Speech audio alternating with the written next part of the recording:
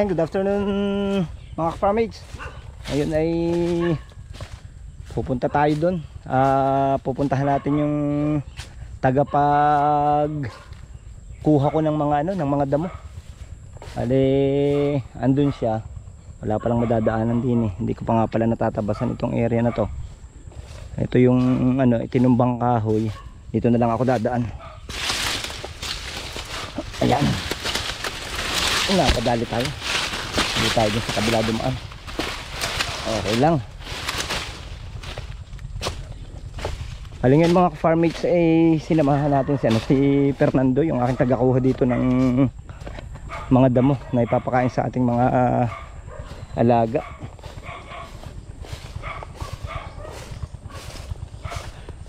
Umuna siya kanina. Ako kasi ang nagdadala ng mga damo. Siya lang yung aking tagapagkuha dito, pero ako yung nagdadala mga farmates sa bahay.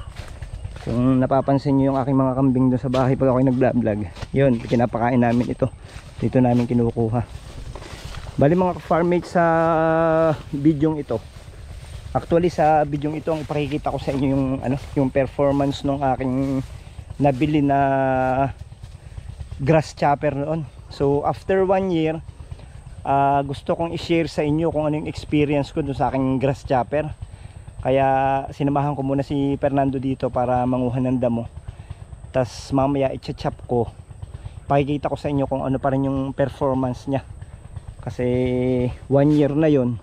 Baka isipin ng mga ka-farmates natin na nasa na kaya yung yung grass chopper ni farmate, bakit hindi na pinakikita.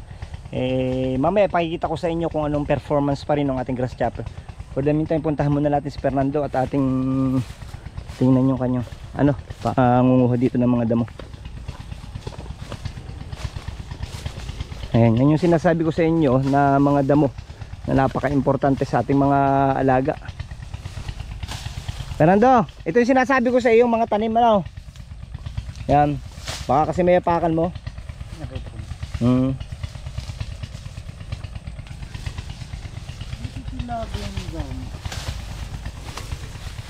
Bali ang style namin ni Fernando kasi mga ka-farmates, inuupahan ko lang siya ng per kalahating sako. Pagka yung isang sako ay puno, binibigyan ko siya ng 100, pero pagka yung kalahati lang 50.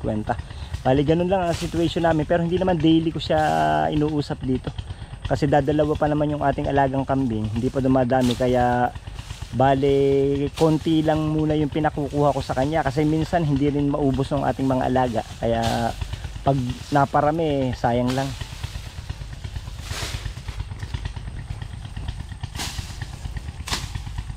Talas pa rin yung iyong gulok Andoy, ang gawin mo ikwan, iyong kuhanin, pero wag mong isama na yung sobrang haba, putulin mo lang dyan. Pero yung isagad ha, at hindi mo mapupuntahan niya pag hindi mo isinagad.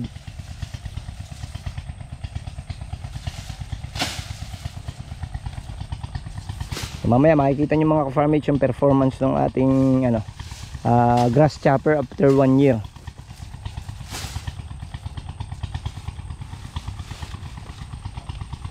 Ito mga ka-farmates, yung tanim natin napakalago na. Tapos yung paparya naman, sige nga, akin kayong isasama papunta dito.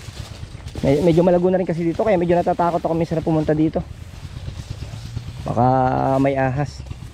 Ito yung isa naming kawayan dito mga ka-farmates. Ayan. Sa area na ito may kawayan dito. Ayan. Ayan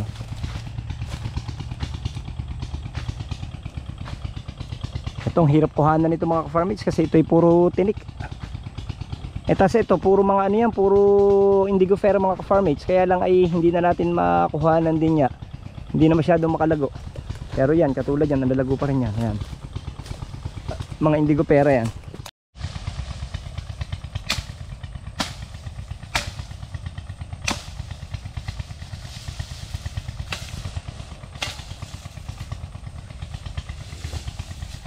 Si Fernando mga ka-farmates, kapitbahay namin yan doon sa bahay. Yan yung inuusap ko ng pangunguha ng mga damo pagka ako'y nagpapakuha.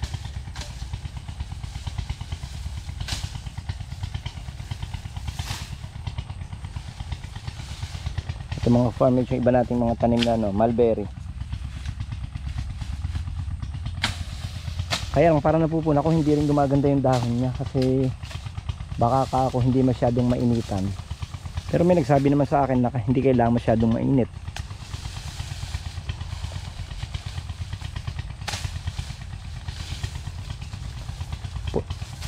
Andoy, putulin mo yung dulo ha, yung hindi na masyadong makukuha. Sige, hintayin na lang kita din eh. Hintayin na lang natin mga farmers, Fernando dun sa may gate. Yan naman ay ako rin ang magdadala ng kanyang mga kinukuha na yan.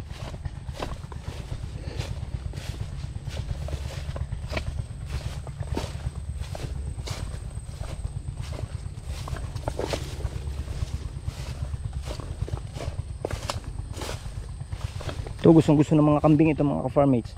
Hindi ko nga lang madala yung kambing ko dito at naroon sa may likod bahay. Pero later mga ka-farmates, pagka tayo nakaluwag-luwag, ating dadalhin dito. Siyempre lagi namang kailangan ng pera. Yun naman pera natin sa pamilya, hindi pwedeng gastusin dito sa ganito. Pagka medyo luwag, ayun, edi ang gagawin natin tayo ay maglalagay siguro ng kulungan ng kambing dito. For the meantime, hindi pa natin magagawa yun. Pagka nakakita pa tayo ng other source of income siguro mga ka-farmers.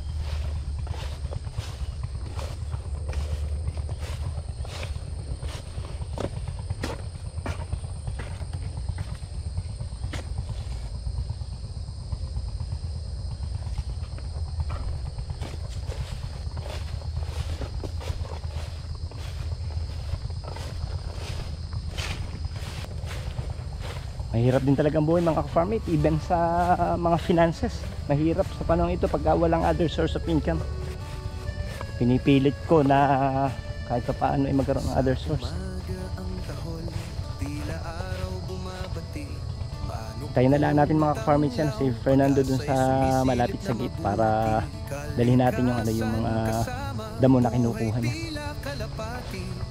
Sa pawis ang pangarap, patuloy kong sinasapul.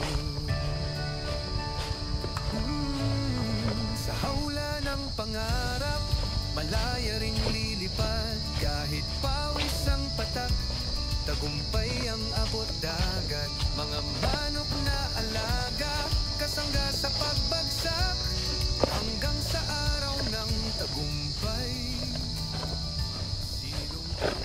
Bali ayan. Ano ginagawa mo?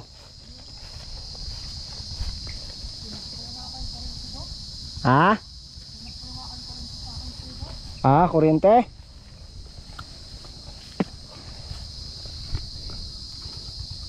Yun yung mga kapitbahay dito sa sa bukid. Ito mga farmers, hindi pa natin ipatabas to kasi ito ay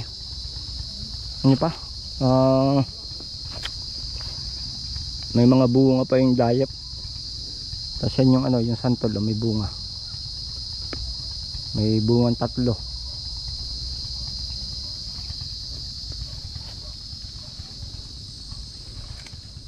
Maya hintayin natin si Fernando dito sa sa may gate. Dito kasi mga ka-farmers nilalagay ni Fernando yung mga nakukuha niyang mga damo sa malapit sa gate. Tapos pagka hapon, kinukuha ko, dinadala ko dun sa bahay, sinachap natin, pinapakain natin dun sa ating mga alagang kambing.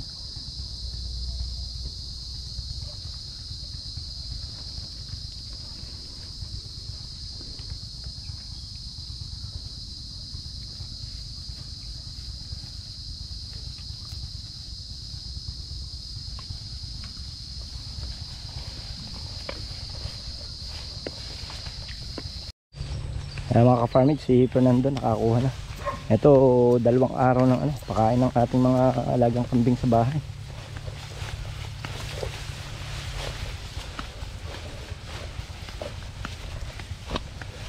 Chachap natin mga ka-farmers pagdating ng bahay para makita nyo yung performance pa rin ng ating grass chopper.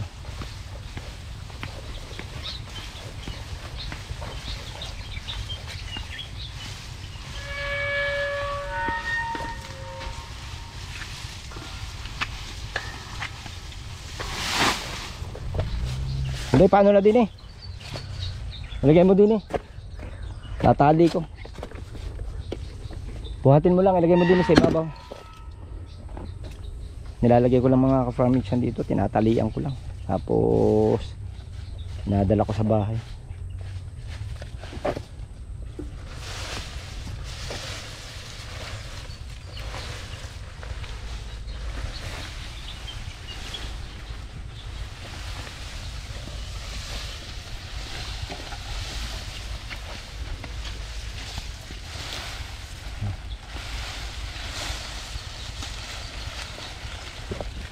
Ako nang bahala.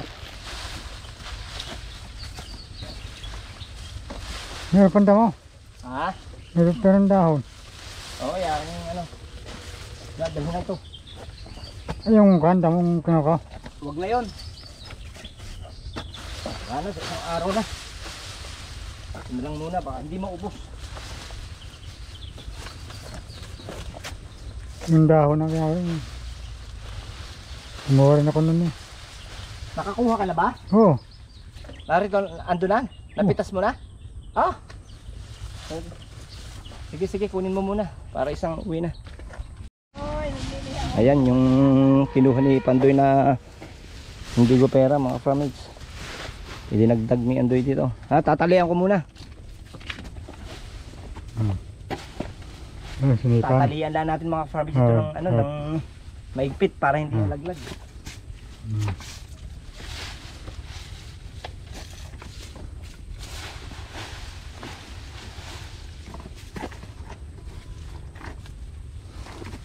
Hawa na palang daan din eh, no?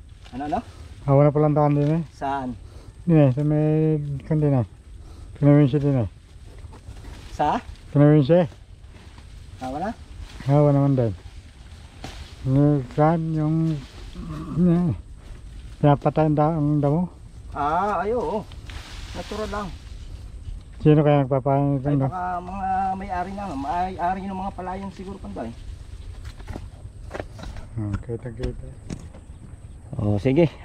Si Pandoy may dalang ano, bisikleta mga ka-farmage. Siya ay magbabike. Ako na may ano, dadalhin ko na to. So, ito mga ka-farmage yung sinasabi ko sa inyo kanina, nag-grass chopper ko. So, after 1 year, ito siya ngayon. Makikita nyo mamaya kung anong performance pa rin niya. Ayun pa rin siya. Hindi ko lang siya pinapakahugasan kasi hindi naman pwedeng basain yan. Ipakikita ko na sa inyo mga ka-farmage kung anong performance ito after 1 year.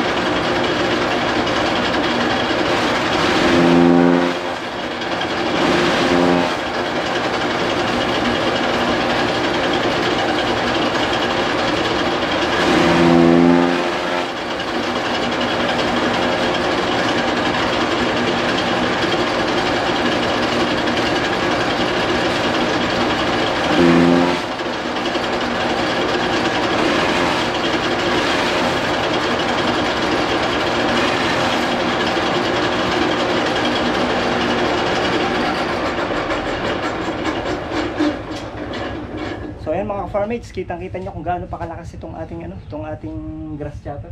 Ito ay di kuryente mga farmates, kaya kailangan ay malapit dito sa bahay para naiisaksak. So ipapakain natin ngayon ito dun sa mga alaga kong kambing.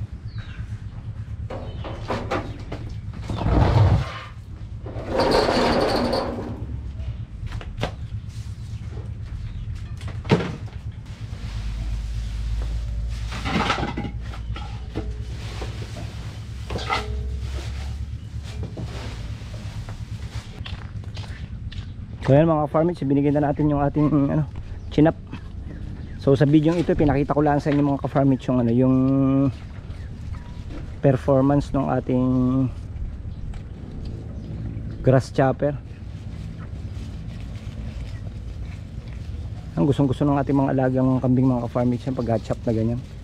Kaya kung kayo halimbawa may mga alaga ding mga kambing, mga baka, much better na bumili kayo ng ganito mga ka-farmers. Ganado sa pangarap, bisig kong bumabanderas, manok ang sigaw ng buhay, sa takbo't yapak umaarangkada. Alaga, puso, tibay, gabay sa bundok ng lakbay. Ayan. Ugad ng pangarap. Bukas mga ka-farmers tuturukan natin ng gona din ito kasi pipilitin na natin na mag-hit siya. Lampas na rin kasi ng 1 year to, hindi pa nag-hit, kaya bukas bala ko turukan na ito ng gona din. So ayan, hanggang dyan na lang mga farmers ang ating video ngayong araw na ito. Pinakita ko lang sa inyo yung performance ng ating grass chopper after 1 year. Maraming salamat pong muli mga farmers sa inyong ginawang panonood. Nawa po ay pagpalain tayong lahat ng Panginoon.